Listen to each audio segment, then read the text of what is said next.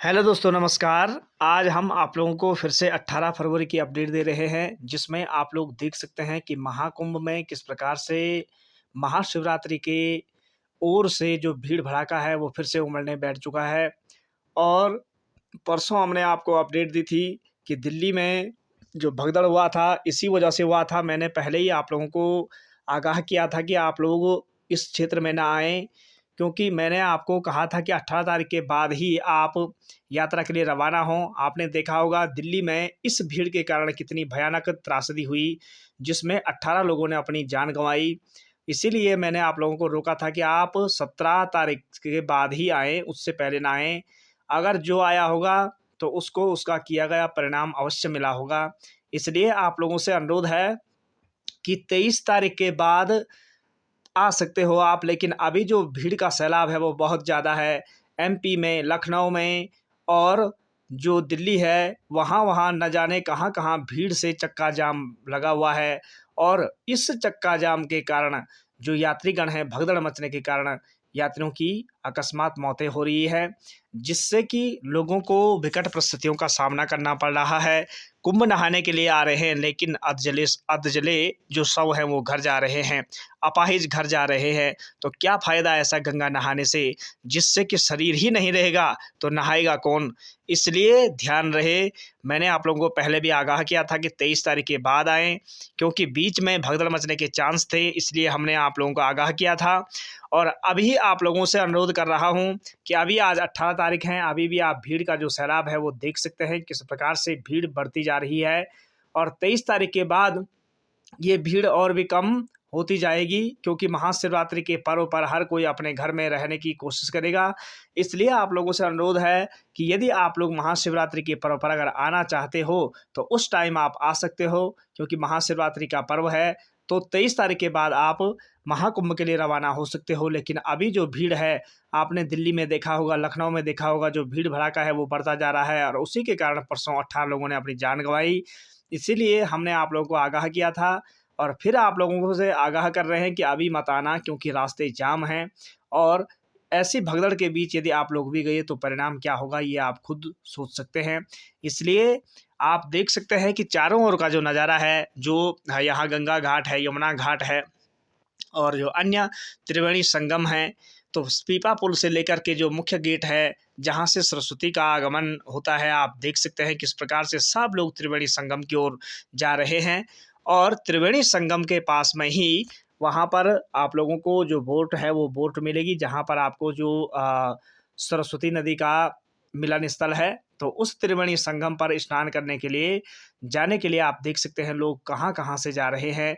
Boat वाले भी मनमानी किराया वसूल कर रहे हैं, क्योंकि उनको भी पता है कि भीड़ ज़्यादा है, इसलिए वो मनमानी किराया वसूल कर रहे हैं। तो आप लोगों को सावधान और सतर्क रहना है, अपनी सूझबूझ के साथ ही गंगा नहाने के लिए जाना है, क्योंकि आप देख सकते हैं कितने लोग मारे जा चुके हैं और कितने मर रहे हैं और कितने मारे जाएँगे। इस चीज़ का आंकड़ा नहीं, न तो सरकार ने दिया है और न हम इसका आंकड़ा दे सकते हैं, क्योंकि इस चीज़ को छिपाया गया है, तो दिखाया कहाँ से जाएगा। जिन लोगों ने सामने देखा होगा, जो इस चीज़ के चश्मदीद गवाह होंगे, उन्हीं को पता होगा, लेकिन उनको भी इस चीज़ का आभास नहीं है कि कितने लोग मारे गए, क्योंकि जब मारे हुए लोगों को डंपरों में भरा गया और कूड़े में फेंका गया, तो फिर उसका परिणाम कितना भयानक रहा होगा। किसी ने अपने परिवार के सदस्य खोए, किसी ने माँ, किसी ने भाई, किसी ने बहन, इस प्रकार से अपने रिश्तेदारों को खोया, लेकिन उसका पता ही नहीं चला कि कहाँ गया। और सिर्फ़ एक ही याद है कि महाकुंभ में गया था, और अभी उनके परिजनों को वो सुपुर्द घर नहीं लौट पाए। जब तक महाकुंभ चल रहा है, तब तक इसकी जानकारी गुप्त रखी जाएगी। उसके पश्चात इस चीज़ की अगर छानबीन कोई करेगा, तो अवश्य ही कुछ न कुछ हाथ सुराग लगेगा। अगर नहीं लगेगा, तो समझ लेना कि कुछ भी नहीं होने वाला, क्योंकि सरकार ही हमारी ऐसी सरकार है कि जो जानबूझ कर के इन आंकड़ों को छिपा रही है, ताकि लोगों को इस चीज़ से आगाह ना हो पाए। और जितने लोगों की जो डेड बॉडियाँ हैं वो मिली है, अगर प्रत्येक डेड बॉडी का अगर संयोजन किया जाए, तो सरकार के ऊपर भी इसका बहुत बड़ा प्रभाव पड़ेगा, क्योंकि उनको मुआवज़ा देना पड़ेगा। इसलिए वो इस चीज़ से बच रहे हैं। और आप लोगों से अनुरोध है कि आप लोग ऐसी भीड़-भड़ाके वाले इलाके में यदि अगर ज़िंदगी से प्यार है तो ना आएँ, क्योंकि यदि शरीर रहेगा ही नहीं, तो नहाने से फ़ायदा क्या है? जब शरीर अपाहिज हो जाएगा ऐसी भीड़ में या फिर मौत को प्राप्त हो जाएगा तो नहाएगा कौन? इसलिए सुपुर्द रहना है, सरल रहना है। गंगा नहाने से मन के मैल धुलते हैं। जानबूझकर किया गया जो पाप होगा, उसको तो सिर्फ़ कर्म का जो प्रायश्चित है वही धो सकता है, उसका परिणाम धो सकता है। इसलिए आप लोगों से अनुरोध है कि ऐसी भगदड़ में ना आने की कोशिश करें। अपने घर का जो पानी है वही सबके लिए गंगा, यमुना और सरस्वती का संगम है। आप जिस पानी से हमेशा नहाते हो, जिस पानी से आपको सुकून मिलता है, वही आप लोगों के स्वर्ग के समान है। इसलिए ऐसी गलती ना करें। जब मौसम अच्छा हो और भगदड़ का माहौल ना हो, शांति भरा माहौल हो, आप चुपके से आ जा सकते हो और गंगा नहा कर के जो गंगा जल है उसको अपने घर की ओर रवाना कर सकते हो, जिससे कि जान बचेगी तो लाखों पाए। इसलिए ध्यान रहे। आप देख सकते हैं कितने लोग वापस आ रहे हैं इसी क्षेत्र से। यही मुख्य द्वार है और यहीं से गंगा, यमुना और त्रिवेणी संगम की ओर रवाना होते हैं। त्रिवेणी पुल और जो पीपा पुल हैं, सब पुल इस समय खोल दिए गए हैं और लोग इधर-उधर से चलते जा रहे हैं, अपने घर की ओर रवाना हो रहे हैं, क्योंकि यहाँ सामने पर गाड़ियाँ भी हैं, पुलिस बल तैनात है, एयर फोर्स तैनात है और जो हेलीकॉप्टर है वो हेलीकॉप्टर पेट्रोलिंग का कार्य कर रही है, चारों ओर नज़र बनाए रख रही है कि कहाँ कौन-सी घटना घटित होने की कगार पे है। इसलिए सुरक्षा को चकाचौबंद किया गया है। यही मुख्य द्वार है जहाँ से एक द्वार जाने का और एक द्वार आने का है। तो यहीं से आगे की जो दिशा है वो आप लोगों को दिखाते हैं। आप लोग देख सकते हैं किस प्रकार से लोग यहाँ आ रहे हैं और दूसरे द्वार से अंदर जा रहे हैं।